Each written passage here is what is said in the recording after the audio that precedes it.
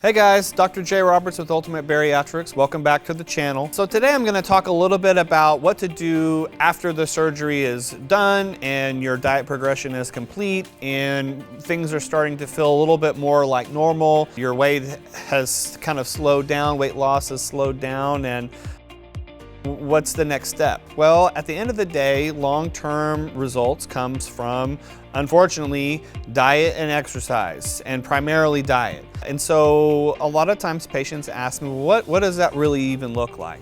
And what I most commonly recommend for patients, generally speaking, is a low carbohydrate diet consisting of small frequent meals. I'm an advocate of fasting, so I'll often recommend skipping breakfast and sticking to low-fat, high-protein sources like baked fish, grilled chicken, lean cuts of beef, and non-starchy vegetables like spinach, cauliflower, broccoli, green beans, and those sort of things as your primary food sources. These type of foods minimize insulin release.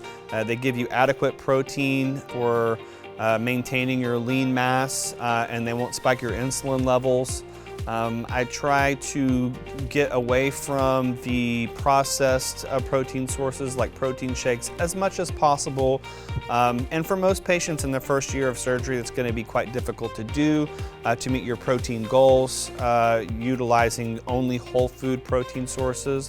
Hopefully, after a year, you can get to completely whole food sources for protein, as I find that these food sources and whole protein tends to be a little bit more satiating, and I think just a little bit less processed, and I think it helps to control cravings around the clock. Now again, that might not be totally realistic within the first year of surgery.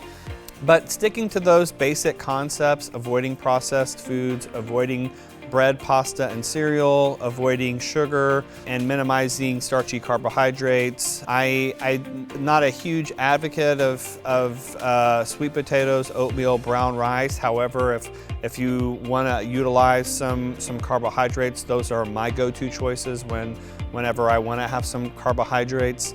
However, I try not to make even those foods a cornerstone of my meal plan on the day in and day out, as they will affect your insulin levels to some degree.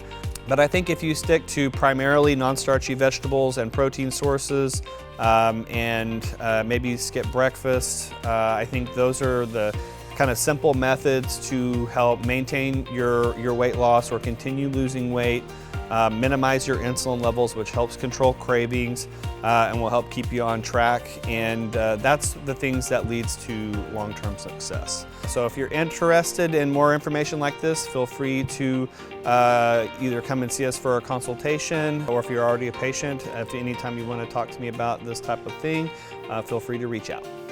I'm Dr. Roberts with Ultimate Bariatrics. We'll see you next time.